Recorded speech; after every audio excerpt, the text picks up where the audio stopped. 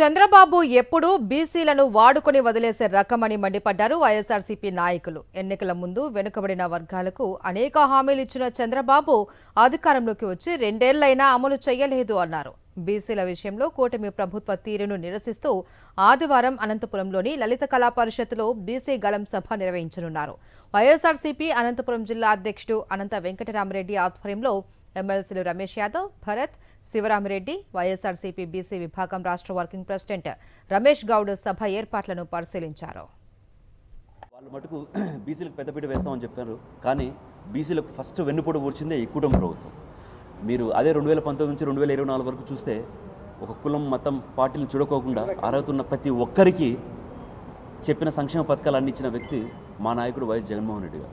ఈరోజు ఇదే కూటమి ప్రభుత్వం చెప్పిన ఒక్క హామీ అంటే ఒక హామీ కూడా నెరవేర్చుకోకుండా ఇదే అనంతపురం గడ్డపైన సూపర్ 6 సూపర్ హిట్ అని చెప్పి సదస్సు చేసిన నేపథ్యం మనం అందరం చూసినాం.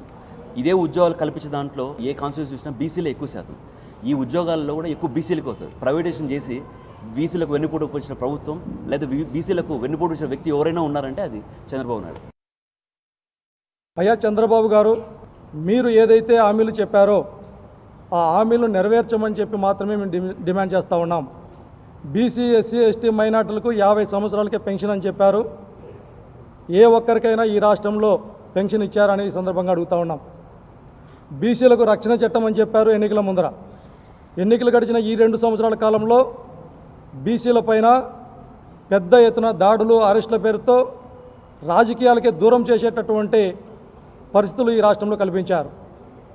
అదేవిధంగా చట్టసభల్లో బీసీలకు రిజర్వేషన్స్ కోసం పోరాటం చేస్తామని చెప్పి మీరు హామీ ఇవ్వడం జరిగింది. ఈ 2 సంవత్సరాల కాలంలో మీ పార్లమెంటు సభ్యులు ఏ ఒక్కరు కూడా ఒక్క మాట కూడా పార్లమెంట్లో ప్రస్తావించినటువంటి సందర్భం లేదు.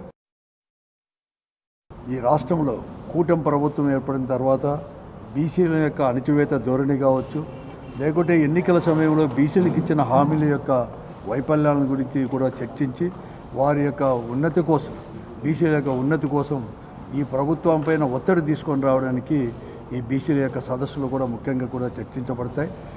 ముఖ్యంగా చర్చించిన తర్వాత ఒక తీర్మానాలు చేసుకొని దాని ప్రకారం కూడా ముందుకు పోయే దిశలో ఈ జోనల్ యొక్క మీటింగ్ బీసీలు కూడా రేపటి కూడా జరగబోతున్నాయి. ఈ జిల్లాలో బీసీలు అందరూ కూడా పాల్గొని దాన్ని విజయవంతం చేయాలని చెప్పేసి కూడా నేను అందరినీ కూడా కోరుతా ఉన్నాను.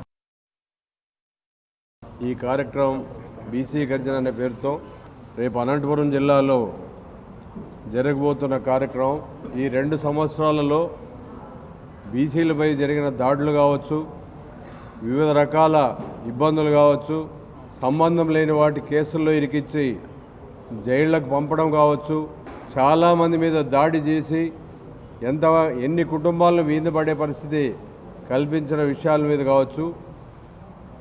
ఈ బీసీ గర్జన కార్యక్రమం అనంతపురం జిల్లా నుంచి మొదలు పెట్టారంటే ఇది తెలుగుదేశం పతనానికి మొట్టమొదటి మెట్టు అని కూడా ఈ సభాముఖంగా తెలియజేస్తున్నా. ఈ రాష్ట్రంలో వెనుకబడినటువంటి కులాలైన బీసీ వర్గాలకు జరుగుతున్నటువంటి అన్యాయాల గురించి కానీ, రాబోయేటటువంటి కాలంలో తెలుగుదేశం పార్టీ పతనం బీసీల వల్లే సాధ్యమవుతుందనే నినాదంతో రేపు ఈ కార్యక్రమం జరగబోతూ ఉందని చెప్పడానికి చాలా గర్వపడుతూ ఉన్నాం. ఇంత అద్భుతమైనటువంటి కార్యక్రమం అనంతపూర్ జిల్లా నుంచి జరగడం కూడా మరింత సంతోషకరమైనటువంటి విషయం. రేపు మరింత ఉత్సాహంతో ఈ కార్యక్రమం విజయోత్సవంగా జరగాలని పెద్దిరెడ్డి రామచంద్రారెడ్డి గారు కూడా రావడం నిజంగా చాలా సంతోషకరమైనటువంటి విషయం.